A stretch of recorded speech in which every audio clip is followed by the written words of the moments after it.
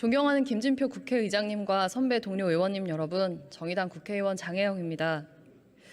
저는 동생과 둘이 살고 있습니다. 그리고 제 동생은 중증 발달장애인입니다. 저는 어제 동생과 함께 국회로 출근했습니다. 동생의 비는 활동 지원 시간을 메꿀 방법을 찾지 못했기 때문입니다. 중증 장애인 동생과 함께 둘이 살아가는 저에게 지난 4년은 일상적인 돌봄 대란이었습니다. 의정활동을 위해서 아침 일찍 집을 나서서 의원님들처럼 밤 늦게 들어오는 저를 대신해서 24시간 돌봄이 필요한 동생의 곁을 지키기에 국가와 지자체가 배정한 월 150시간의 활동 지원은 턱없이 부족합니다. 이런 부족한 시간을 사비로 메우고 친구들과 동네 사람들의 호의에 기대가면서 4년의 시간을 버텼습니다. 사회가 제공하는 돌봄 시스템이 부족하기 때문에 저와 같은 발달장애인 가족들은 어떻게든 임시 변통으로 개인적인 시스템을 만들어 보지만 이건 참 연약해서 자주 삐걱거립니다. 그럴 때마다 느껴지는 고립감, 막막함, 이루 말할 수가 없습니다. 국회의원이라고 해도 예외는 아닙니다. 이런 문제를 해결하고 싶어서 국회에 들어왔지만 발달장애인 돌봄 문제, 국회는 너무나 무심하고 또 무기력합니다. 저는 묻고 싶습니다.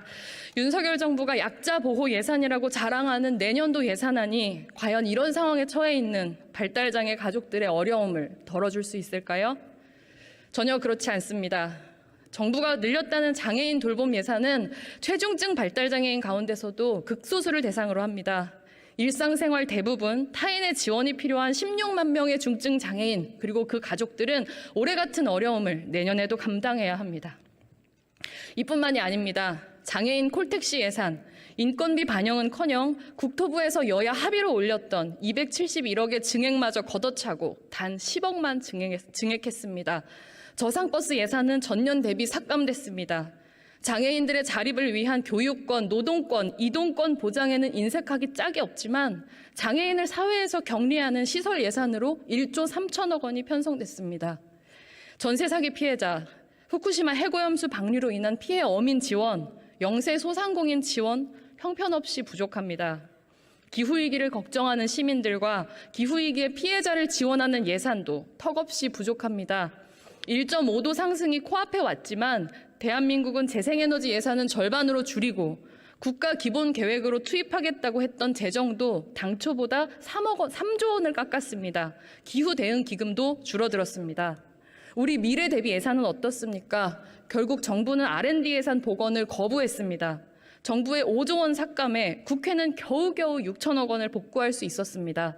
세수 부족으로 교육 교부금이 7조 원, 지방 교부금은 무려 15조 원이 축소됩니다. 지역의 보릿고개를 강요하고 교육 재정의 절벽을 방치하는 예산입니다.